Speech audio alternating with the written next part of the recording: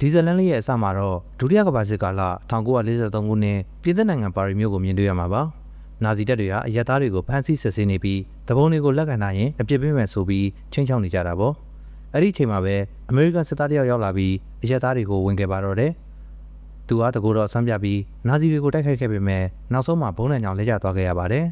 ။သူသတိပြန်လာတဲ့အချိန်မှာတော့အရာအလုံးကပြောင်းလဲသွားပြီး2025ခုနှစ်ကိုရောက်ရှိနေပါတော့တယ်။ထူးဆန်းတာကသူကအတိတ်အကြောင်းတွေကိုဘာမှမမှတ်မိတော့တာပါပဲသူစီမှာပတ်စံအိတ်ရဲ့ထူးဆန်းတဲ့တနက်တလက်ရဲ့ဆိုင်ကယ်တော်တစ်ချောင်းရဲ့ပဲပါလာပါတယ်သူကတက်ခိုခန်းကိုစုံစမ်းကြည့်လိုက်တော့သူ့နာမည်ကို Rider လို့ပေးထားတယ်လို့ပဲသိလိုက်ရပါတယ် Rider တယောက်မြို့ထဲကိုရှောက်သွားရင်စားတောက်ဆိုင်တစ်ဆိုင်ကိုရောက်ရှိသွားပါတယ်အဲ့ဒီမှာ Morgan ဆိုတဲ့ဇပွဲတို့ကောင်မလေးနဲ့တွေ့လိုက်ရပါတယ်ထူးခြားတာကအဲ့ဒီကောင်မလေးဟာသူ့အိမ်မက်ထဲကကောင်မလေးနဲ့တပုံစံနဲ့ဖြစ်နေတာပါ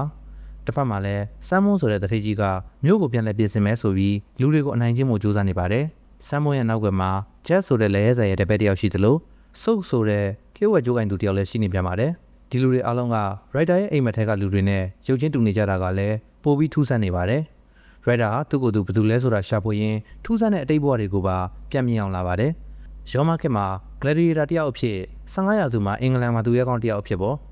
ဘဝစတိုင်းမှာသူက Morgan ကိုကယ်တင်မှုအတွက်လူဆိုးချက်နဲ့အမြဲတက်ခတ်ခဲ့ရပြီးအမြဲတမ်းလို့သူကပဲအသက်ခံခဲ့ရတာကိုတွေ့လိုက်ရပါတယ်ဒါဟာဝါစတိုင်းပါလာတဲ့ဝစ်ကျွေးလိုဖြစ်နေတာပေါ့လက်ရှိမှာလဲဂျက်ကဆမ်မွန်းရဲ့အမိန့်ကိုလွန်ဆန်ပြီးအန်နီဆိုတဲ့ကောင်မလေးတယောက်ကိုပြန်ပေးဆက်ဖို့ကြိုးစားလာပါတယ်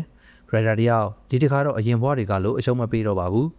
သူချစ်ရတဲ့သူတွေကိုကာကွယ်ဖို့အတွက်ဂျက်နဲ့အသက်လူတိုက်ခဲ့ပါတော့တယ်ဒီတစ်ခါမှာတော့တမိုင်းတစ်လျှောက်ရှုံးနေခဲ့တဲ့မြတ်ချစ်ပြတ်ပြီးရိုက်တာကဂျက်ကိုအနိုင်ယူခဲ့နိုင်ပါတယ်မစ္စတာဆော့လို့ခေါ်တဲ့ဘီယိုတိုကဖန်တီးရှင်ကြီးကတော့ရိုက်တာကိုနှုတ်ဆက်ပြီးပြက်ကွယ်သွားပါတော့တယ်